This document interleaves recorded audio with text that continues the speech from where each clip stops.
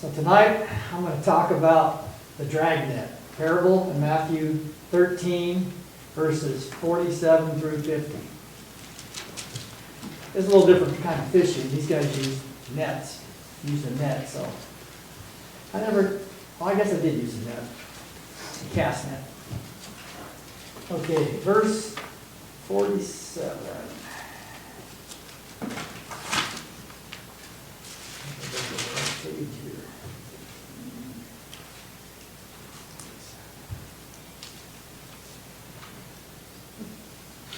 Again, the kingdom of heaven is likened to a net that was cast into the sea and gathered of every kind, which, when it was filled, they drew up on the beach, and they sat down and gathered the good into vessels, but the bad they cast away.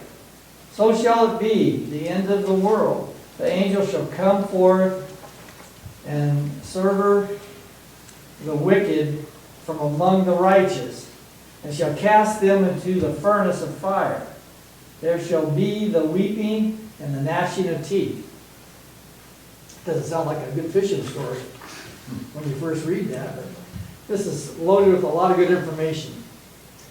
So, the kingdom is like a dragnet. So this wasn't, we used to have a cast net, it's like 6 foot radius, a 12-foot diameter. And we'd cast that and we'd catch anchovies, we would catch shad, we even caught some squid, That was for bait. But that was a specific targeted species. This net they're talking here is like a seine net. It catches everything. It doesn't target a specific species. And a seine net could be a half-mile long compared to a little cast net. So the sea represents a world in this parable that is to be evangelized as described in Matthew 22:10. It gathers of every kind, both good and bad.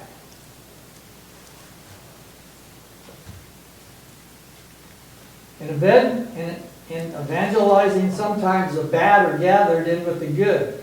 Sometimes people respond to the gospel with less than noble intentions.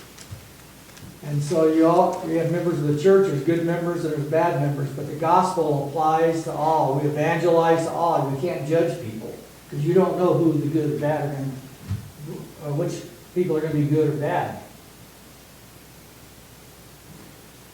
The parable of the tares teaches this truth as well.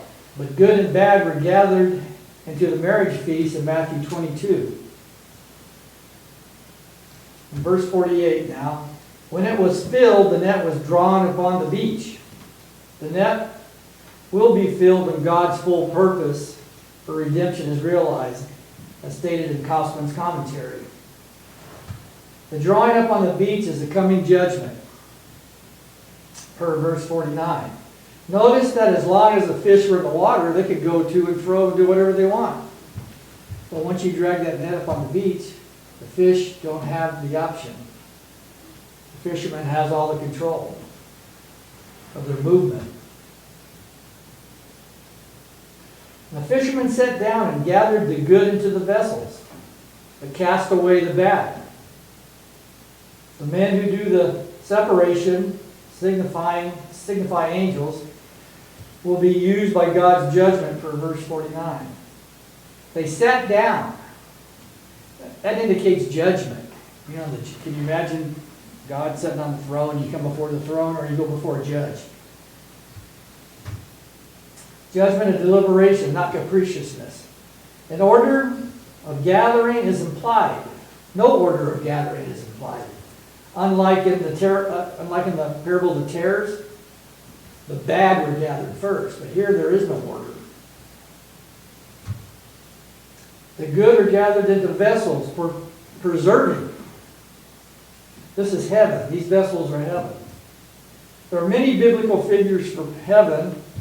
Barn is used in Matthew 13:30. Many mansions in John 14:2. Everlasting habitations, Luke 16:9, and city in Hebrews 11:10. The bad are cast away onto the bank to die. That's what the fish represent. Weeping, etc., as noted there in verse 50. The bad are those who produce evil fruit, Matthew 7:17, and or those who do not produce good fruit, Matthew 7:18. So what lessons can we learn from this parable? The net does not discriminate. Neither must we preaching the gospel.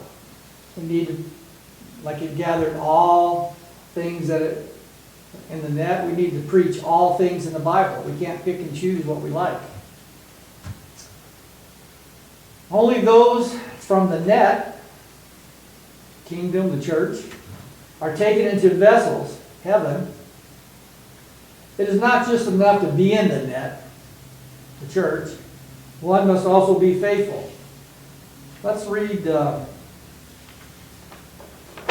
2 Timothy 2:20 and 21.